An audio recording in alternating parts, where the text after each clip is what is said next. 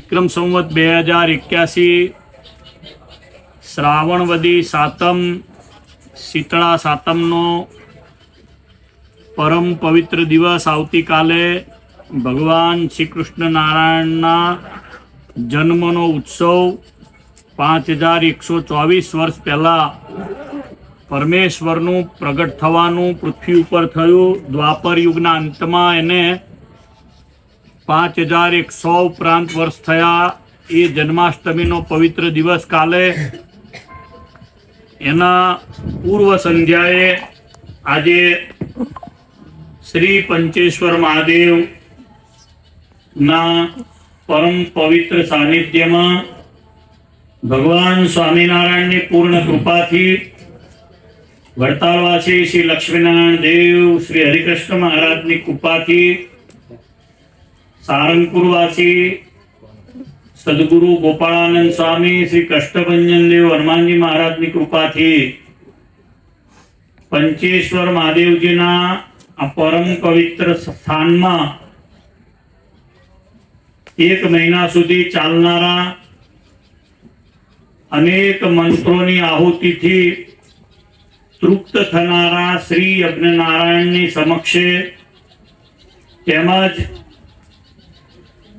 ભગવાન સ્વામિનારાયણનો આ વિસ્તારમાં નવો સત્સંગ થયો છે એને પૂર્ણ રૂપ આપવા ભગવાનની કૃપાથી 1 મહિનો ચાલનારી સ્વામિનારાયણ નામના મહામંત્રની અખંડ ધૂનના પવિત્ર પ્રસંગે શ્રી લઘુરુદ્ર યજ્ઞમાં ઉપસ્થિત આદરણીય સંતો, અમારા મંડળના પૂજ્ય વેદાંત સ્વામી, પૂજ્ય ધર્મપ્રકાશ સ્વામી, પૂજ્ય જગત પ્રકાશ સ્વામી, પૂજ્ય પતિત પાવન સ્વામી, પાર્ષદ કંચન ભગત, પાર્ષદ પંકજ ભગત, ધ્રુવ ભગત, વડોદરા વાડી મંદિરના કોઠારી પૂજ્ય શાસ્ત્રી ઘનશ્યામ સ્વામીજી, યજ્ઞ જેઓએ બહુ દિવ્ય અને ભાવથી કરાયો છે એવા આપણા સંપ્રદાયના વૈદિક કર્મકાંડના આચાર્ય શ્રી ધીરેનભાઈ, એમની સાથેની સર્વે ભૂદેવોની ટીમ, અત્રે ઉપસ્થિત અમારા સૌ ભાવિક શિષ્યગણમાં કમલેશભાઈ વગેરે એમના સર્વે મિત્રો, શ્રી રમેશભાઈ અને ઉપસ્થિત ભગવાનના લાડીલા હાંડોદથી પધારેલા અરવિંદભાઈ વગેરે ભક્તો, સૌને મારા ભાવથી જય સ્વામિનારાયણ. પંચેશ્વર મહાદેવ કી જય.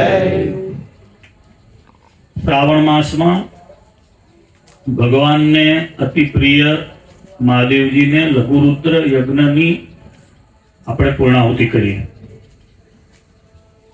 ભગવાન જેના ઉપર કૃપા કરે છે એને જેનાથી પર્જન્ય આવે છે એવા પવિત્ર યજ્ઞો કરવાની દિવ્ય શક્તિ મળે છે.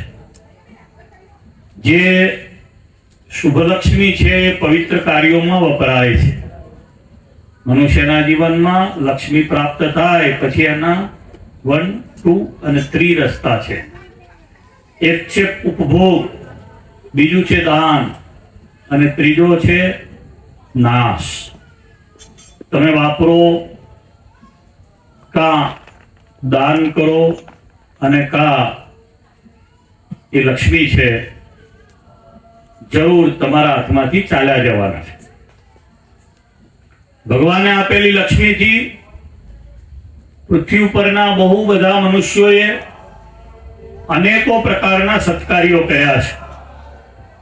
કેટલા એવા લોકો છે રાજાઓથી માંડી અને સામાન્ય મનુષ્યો સુધીના જીવો કે જેઓએ કેટલાકે મંદિરો બાંધ્યા, કેટલાકે મંદિરોને બાંધ્યા હોય એના સમારકામ કર્યા, કેટલાકે બગીચાઓ બનાવ્યા, કેટલાકે તળાવો બનાવ્યા, કેટલાકે વાવ બનાવ્યા, કેટલાકે કુવા બનાવ્યા, કેટલાકે સંતો ગ્રહસ્થોને રહેવા માટેની ધર્મશાળાઓ બંધાવી, કેટલાકે અનેકના જીવનમાં સત્કાર્યોમાં, પૂર્ણાહુતિમાં, પવિત્ર કાર્યોમાં ભાગ લીધો.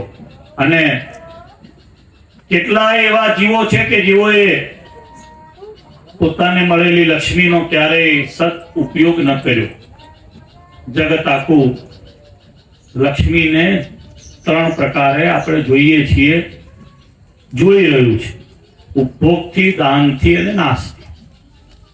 એમાં જેની પવિત્ર લક્ષ્મી હતી, મહાદેવજીની જેના ઉપર કૃપા હતી, એ ભક્તોએ આજે બહુ ભાવથી, પ્રેમથી, આદરથી અહીંયા સુંદર મજાનો લઘુરુદ્ર યજ્ઞ કરાયો. અમારા કમલેશની ઈચ્છા હતી કે 15 ઓગસ્ટના દિવસે રજા છે, તે દિવસે લઘુરુદ્ર યજ્ઞ કરીએ. એના બધા મિત્ર મંડળ બધું આવ્યું છે. કોઈ નારથી આવ્યા છે, કોઈ સોજીતરાથી આવ્યા છે, વિદ્યાનગરથી એના મિત્રો આવ્યા છે, અમારા રમેશભાઈ પરસાળા ને બધો પરિવાર આવ્યો છે. જેનો જેવો ભાવ એવું મહાદેવ ફળ આપે છે. શિવમાં જેને ભક્તિ થાય છે એનું ઘણા સમયનું પુણ્ય હોય એને થાય છે, બધા એને નથી થતી. નિશ્ચળ ભક્તિ થવાનું કારણ છે ઇન્દ્રિયોનો નિગ્રહ. પરમેશ્વરમાં કામ, ક્રોધ, લોભ, મદ, મોહ, માન, ઈર્ષા, કપટ, રાગ, દ્વેષ એને હોમી અને અમારા જીવના કલ્યાણને, મારા મોક્ષના ઉપાયને બતાવશે એવું જે જીવ વિચારે છે એને મહાદેવમાં ભક્તિ થાય છે, કહેતા ઈશ્વરમાં ભક્તિ થાય છે. અને એના દિવ્ય મંત્રોથી આજે યજ્ઞ થયો. શ્રાવણ માસ આપણા હિન્દુ ધર્મમાં અતિ પવિત્રમાં પવિત્ર જે મહિનાઓ છે, કાર્તિક માસ, વૈશાખ માસ, માસાના માર્ગશીર્ષોહમ, માઘ માસ, ચૈત્ર માસ, મધુમાસ, આ બધા માસોમાં અતિ ઉત્તમ અને પવિત્ર શ્રાવણ માસ છે. એ મહાદેવજીની ભક્તિ માટેનો વિશેષ માસ છે.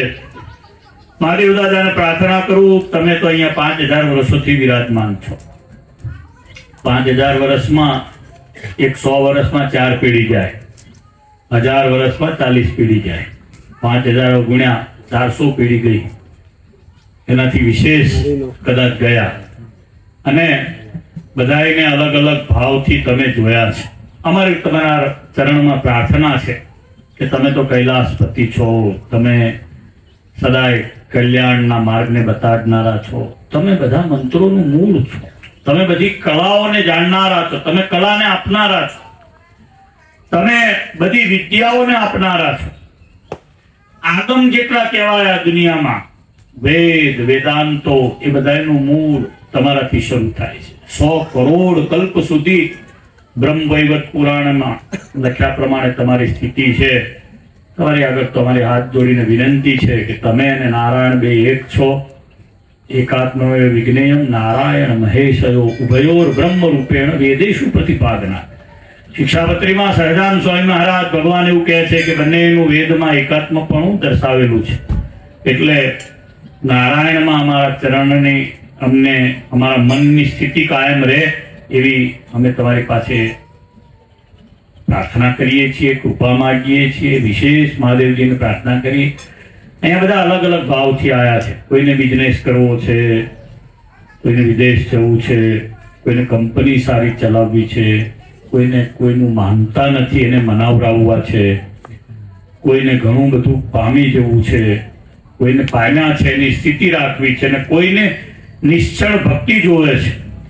આ સ્થાન અતિ દુર્ગમ જંગલ જેવું હતું, પણ તમારી કૃપાથી અમે એને પ્રાપ્ત કરી શક્યા અને એને અમે સુસંસ્કૃત કરવાનો પ્રયત્ન કરીએ છીએ. આવતા વર્ષ સુધીમાં અહીંયા સરસ મજાની પાઠશાળા થાય. અહીંયા કાયમ તમને જે વેદ પ્રિય છે, સામવેદ, એ અમારે તમને 3 વાર સંભળાવવો છે. એ અમારે અંતરની ઈચ્છા છે. તો એ વેદના ગાનારા ગુદેવ બાળકો અહીંયા તૈયાર થઈને તમને દરરોજ સામવેદ સંભળાવે એવી તમારા ચરણારવિંદમાં પ્રાર્થના કરીએ છીએ. વિશેષમાં અહીંયા સરસ મજાનું શ્રી હરિનું હવેલી મંદિર તૈયાર થઈ રહ્યું છે. એ વહેલામાં વહેલું તૈયાર થાય એવી પણ હે મહાદેવ પંચેશ્વર મહારુદ્ર તમે કૃપા કરજો. સંતોનું ભવન થાય, હરિભક્તોનું ભવન થાય, સુંદર મજાની ગૌશાળા થાય, પાઠશાળા થાય, અખંડ અહીંયા ધૂન ચાલે 24 કલાક, આખું વર્ષ ક્યારેય બંધ ના થાય. નારાયણ નામના મંત્રો અહીંયા અખંડ યજ્ઞ થાય એવી પણ તમે કૃપા કરજો. અહીંયા સદાય સદાવ્રત વહેતું રહે અને અહીંયા આવનારો જીવ એ તમારા માટે અતિ આદર ભાવ, પ્રેમ, લાગણી, તમારું હૃદયમાં સ્થાન લઈને જાય એવી હે મહાદેવજી તમે કૃપા કરજો એટલું માગું છું. વિશેષમાં વડતાલવાસી લક્ષ્મીનારાયણ દેવ, હરિકૃષ્ણ મહારાજ, અહીંયા ઉપસ્થિત તમામ ભક્તોનું ખૂબ રૂડું કરે. પંચેશ્વર મહાદેવ દાદા બધાને ખૂબ કૃપા કરી અને એમની કૃપા દ્રષ્ટિ આપે એટલી પ્રાર્થના કરીને વિરમું છું. બોલો શ્રી પંચેશ્વર મહાદેવ.